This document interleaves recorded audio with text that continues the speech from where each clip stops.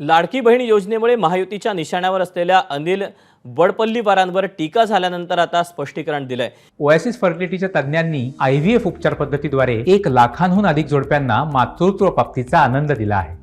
मोफत appointment book करण्यासाठी आजच संपर्क साधा। मी लाडकी बहीण योजनेविरोधात किंवा कुठल्याही शासकीय योजनेला आव्हान किंवा विरोध केला नाही। जनतेच्या पैशांचा योग्य रीतीने वापर करण्यात यावा असा उल्लेख माझ्या याचिकेत केला असं स्पष्टीकरण अनिल वाडपल्लीवार यांनी केलं। काँग्रेसनं आपल्या कार्यकर्त्यांमार्फत न्यायालयात याचिका दाखल केली। काँग्रेसला लाडकी बहीण योजनेचा विरोध आहे अशी टीका काही दिवसांपूर्वी मुख्यमंत्री आणि उपमुख्यमंत्र्यांनी केली होती। त्यावर आता काँग्रेसच्या अनिल वाडपल्लीवारांनी स्पष्टीकरण दिलं।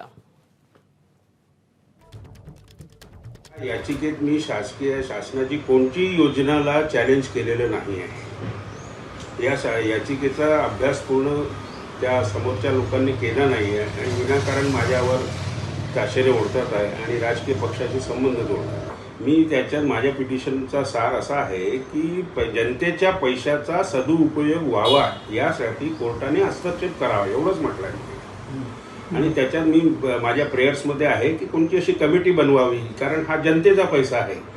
असं व्यवस्थित काहीतरी राज्य कर्जबाजारी होत चाललेलं आहे, त्याकडे लक्ष देण्यात यावं असं मी माझ्या याचिकेत म्हटलेलं आहे। ABP माझा, उघडा डोळे बघा नीट।